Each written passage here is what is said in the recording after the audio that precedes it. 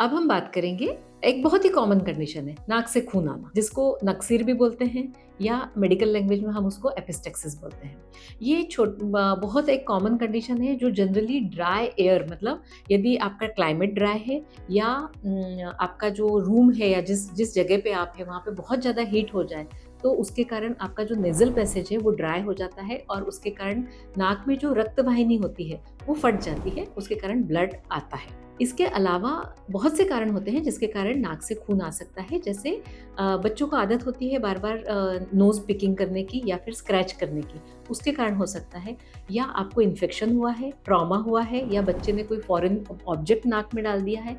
कुछ medical conditions हो सकती है जिसके कारण आपको बार-बार नाक से खून आ सकता है या कुछ दवाइयाँ। पर यदि आपको आपके बच्चे को या किसी भी व्यक्ति को यदि नाक से खून आने लगता है, तो आपको क्या करना है जब तक आप हॉस्पिटल नहीं जाते हैं, ये हमको ध्यान रखना है। जनरली ये देखते हैं कि जब भी किसी बच्चे को या किसी भी व्यक्ति को नाक से जब खून आने लगता है, इमीडिएटली हम क्या करते हैं, उसका सिर पीछे कर देते हैं और हम ये सोचते हैं कि वो ब्लीडिंग बंद हो जाएगा, पर ये बिल्कुल गलत है। जब भी किसी को नाक से खून आता है, सबसे पहले हमको ये करना है कि यदि वो व्यक्ति लेटा हुआ है तो उसको उठा के स्ट्रेट बिठाना है। स्ट्रेट बिठा के उसका जो सिर है और गर्दन है उसको थोड़ा-सा आगे बेंड करना है, स्लाइटली बेंड करना है। क्यों करना है? ताकि जो खून है वो बाहर आए। हम नहीं चाहते हैं कि हम पीछे यदि करते हैं तो वो हमारे थ्रोट में जाएगा, हमारे पेट में जाएगा और वो इरिटेट करके वॉमिट कर सकता है, ठीक है? इसलिए हमको हमेशा ध्यान रखना है कि बच्चा स्ट्रेट बैठा रहे, उसका जो बॉडी का अपर पोर्शन है या नेक और हेड है वो स्लाइटली फॉरवर्ड बेंड हो, आगे की तरफ झुका हो और वो मुँह खोल के साँस ले। उसको उस टाइम एनकरेज करना है कि मुँह खोल के साँस ले, मुँह बंद करके साँस नहीं लेना है।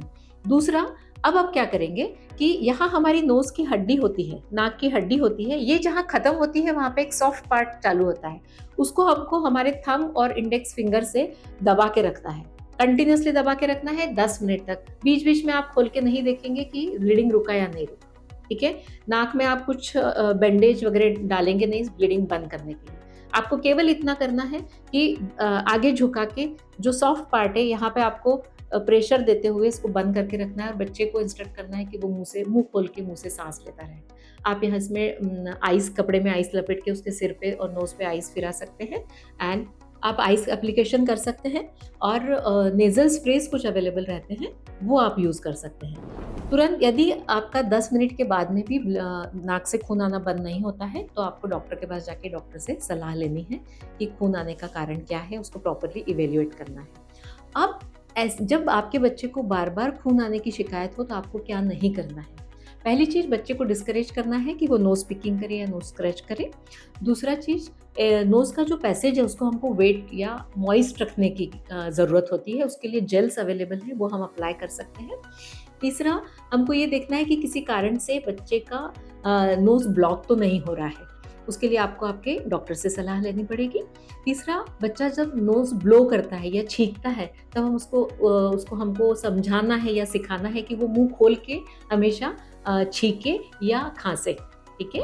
ये जो हमने सारी चीज़ें अभी डिस्कस करी है, ये आपको ध्यान रखना है और इसके बाद भी यदि नाक से खून आना बंद नहीं होता है या आपके बच्चे के नाक से बार-बार खून आता है, तो ये ज़रूरी है कि आप आपके डॉक्टर के पास जाके उसको प्रॉपर्ली इवैल्यूएट करें और उसका ट्रीटमेंट करें।